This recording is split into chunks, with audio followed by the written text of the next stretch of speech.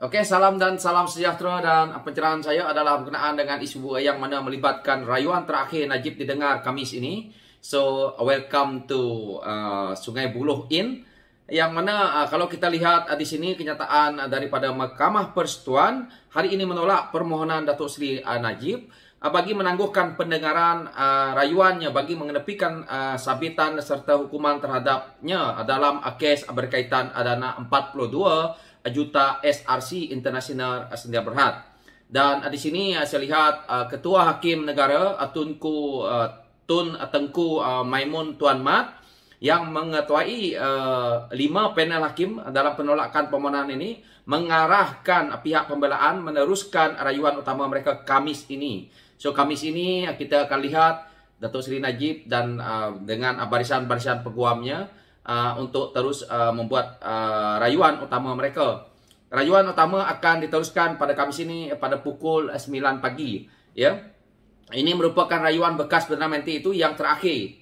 Ini yang terakhir rayuan dia, dan selepas panel 3 hakim rayuan pada 8 Disember lepas mengekalkan sabitan ahli Parlimen Pekan itu, yang mana Datuk Seri Najib itu telah pun menerima hukuman 12 tahun penjara serta denda 210 juta yang dikenakan terhadapnya oleh Hakim Mahkamah Tinggi Datuk Muhammad Nazlan Muhammad Ghazali pada 28 Julai 2020. Sebab itu kalau kita lihat Datuk Seri Najib tidak berpuas hati dengan keputusan yang dikeluarkan oleh Datuk Mahkamah Tinggi, iaitu Datuk Muhammad Nazlan Muhammad Ghazali ini. Dan kita lihat apabila dia cuba untuk menangguhkan, yang mana kalau kita lihat di sini beliau mengatakan bahawa Mahkamah Persekutuan apabila mahkamah tidak benarkan kes Najib ditangguhkan ke 3 bulan lagi, maka ini alasan-alasannya Mahkamah Persekutuan menolak permohonan terbaru bekas Perdana Menteri untuk menangguh pendengaran kes rayuan SRC International kepada 3 ke 4 bulan.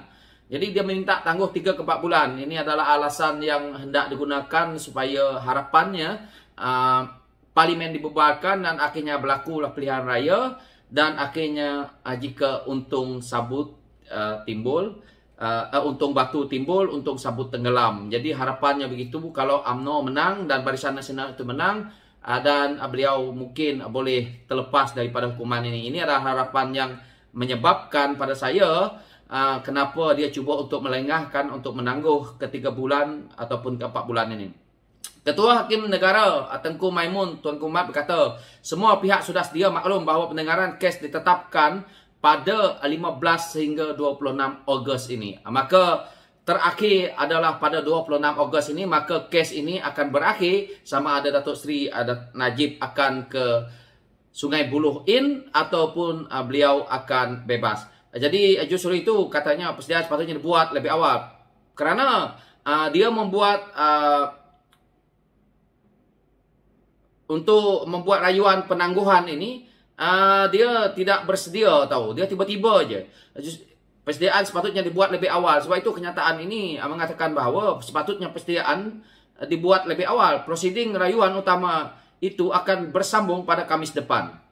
Jadi Peguam Bela Hisham Tehpoh Tek sebelum ini memohon pendengaran rayuan akhir Najib bagi menenggepikan sabitan dan hukuman terhadapnya ditangguhkan selama 3-4 bulan. Maka inilah yang tidak diterima oleh Ketua Hakim Negara dan juga 5 panel itu. Serta kalau kita lihat hujah-hujahnya, katanya ada hujah dan aspek undang-undang kuat yang berpihak pada Najib dalam kes berjumlah 42 juta ini. Dan Hisham memohon berkata, perkara itu selepas hakim menolak permohonan untuk mengemukakan bukti baru dalam kes ini. Tetapi dia tetap ditolak. So kita tahu bahawa apa yang berlaku ini, yang mana pada Khamis ini akan didengar. Dan ini adalah merupakan rayuan bekas Perdana Menteri itu yang terakhir. Dan lain-lain panel hakim yang terlibat dalam pendengaran hari ini adalah Hakim Besar Sabah Sarawak dan juga yaitu Tan Sri Abang Iskandar Abang Hashim, dan Hakim Mahkamah Persekutuan Datuk Nalini Palmatnatan, Datuk Mary Lim Tiam Suan serta Datuk Muhammad Zabidin Muhammadiyah. Dan dalam penyampaian hakimnya, Tengku Maimun menetapkan bahawa permohonan yang dibuat oleh Peguam Utama Najib, Isyam Tehpoh Tek, bagi tempoh penangguhan sekurang-kurangnya 3 hingga 4 bulan ditolak sebulat suara kerana hak bagi pembicaraan yang adil tidak boleh ditangguh terlalu lama. Ini adalah alasan hakim menolak. Dalam perkara ini, kita juga perlu ingat diri kita mengenai arahan amalan Ketua Hakim Negara yang mengatakan bahawa kes-kes begini perlu diberi keutamaan. Realiti sebenarnya adalah dana awam yang agak besar akan dibazirkan sekiranya penangguhan diberikan dalam kes begini yang merupakan satu pilihan mudah. Ya betul, kerana kita menangguhkan kes ini dan akhirnya kita melibatkan dana awam. Dana awam itu adalah duit rakyat, yang mana ini adalah satu kenyataan yang terbaik daripada Ketua Hakim Negara.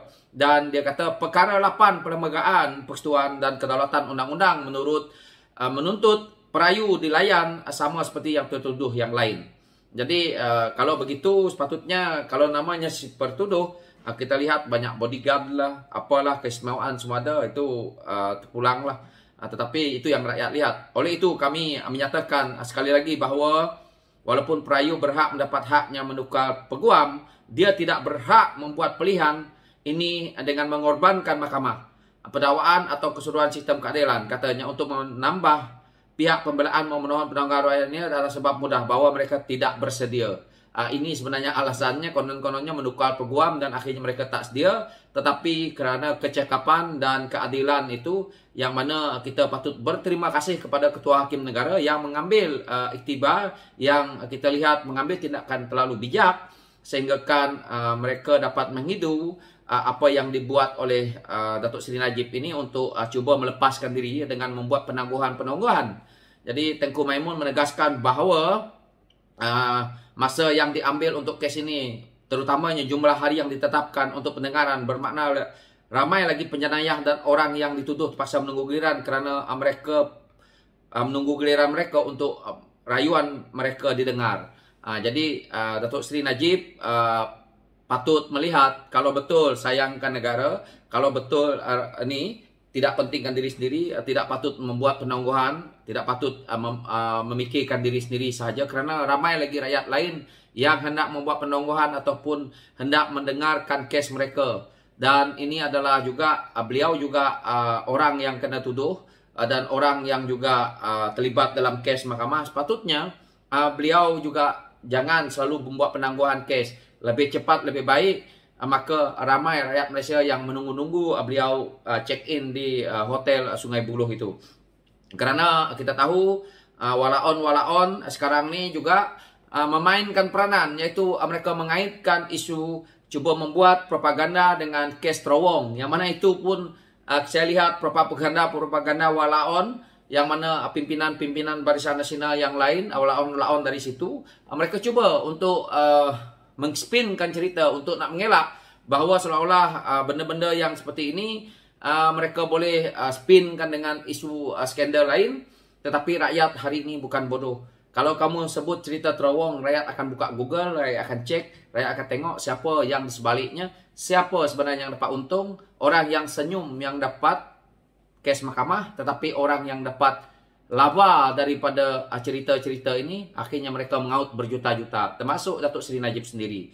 Yang saya boleh ulas berkenaan dengan isu ini, Datuk Seri Najib sendiri waktu itu Menteri Kewangan, Datuk Seri Najib sendiri menjadi Perdana Menteri, dan Lim Guan Eng adalah Ketua Menteri Pulau Pinang. Jadi benda-benda ini kita boleh lihat, dan kita boleh lihat juga isu yang melibatkan 6 bilion ini, akan ada kambing hitam yang akan terselamat, toke-toke besar, ahli-ahli politik elit.